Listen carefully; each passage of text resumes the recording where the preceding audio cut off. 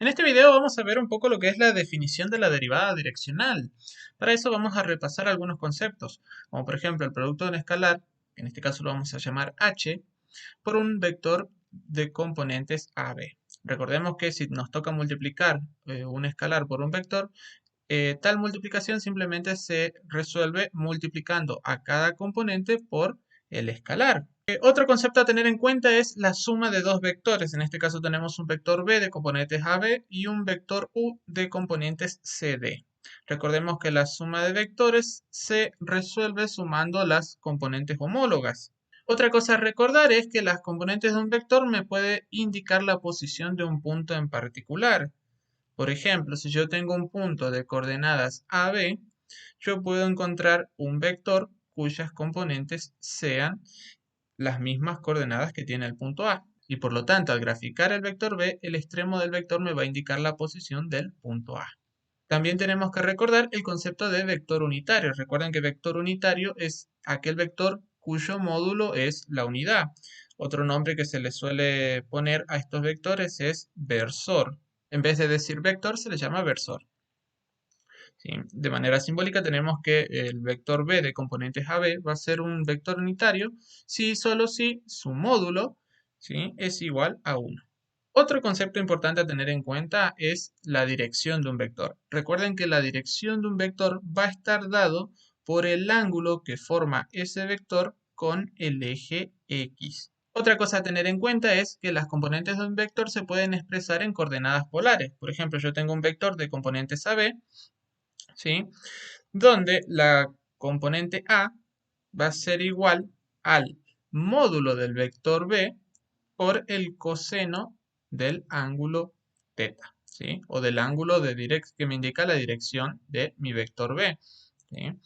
Mientras que la componente B, es decir, la coordenada B del punto este que se encuentra en el extremo del vector, va a estar dado por el módulo del vector multiplicado por el seno del ángulo que me indica la dirección del vector.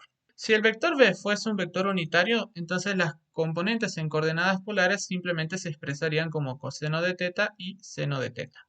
¿Por qué? Porque si el vector b fuese unitario, el módulo sería 1. Entonces tendríamos 1 por coseno de teta, que me da coseno de teta, y 1 por el seno de teta, que me da seno de teta.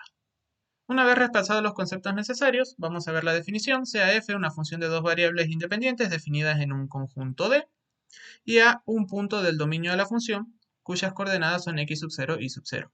También sea B un vector de componentes AB que pertenezca al plano R2 y un vector unitario dado. Se define la derivada de f en el punto A en la dirección del vector B como el límite, cuando h tiende a 0, del cociente cuyo numerador sea la función evaluada en el punto A más h por el vector B, menos la función evaluada en el punto A. Todo eso partido sobre h. Y el símbolo que vamos a utilizar para indicar una derivada direccional va a ser la D mayúscula con un subíndice, donde este subíndice va a ser el vector con el que estamos trabajando, y luego agregamos la función evaluada en el punto que estamos calculando la derivada. Esta notación es una manera de abreviar la definición. Si nosotros reemplazamos el punto A por las coordenadas y el vector B por las componentes, nos quedaría expresado de la siguiente manera.